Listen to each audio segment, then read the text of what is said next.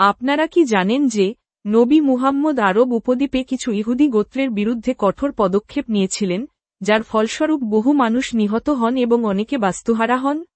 বনু কুরাইজা গোত্রের ক্ষেত্রে খন্দকের যুদ্ধের পর তাদের দুর্গ অবরোধ করা হয়।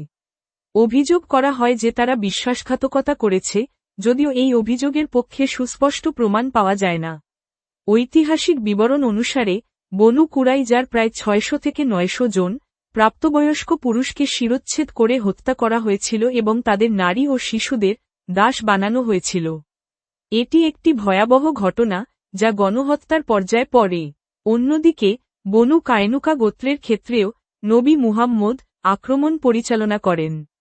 একটি ঘটনার সূত্রে, যেখানে একজন মুসলিম নারীর প্রতি অন্যায় আচরণের অভিযোগ ওঠে, বনু কায়নুকা গোত্রকে অবরোধ করা হয়। তাদের আত্মসমর্পণের পর তাদের বিতাড়িত করা হয় এবং তাদের সম্পত্তি বাজেয়াপ্ত করা হয়। এই রকম আরও ভিডিও পেতে হলে আমাদের চ্যানেল লাইক, ফলো ও সাবস্ক্রাইব করুন।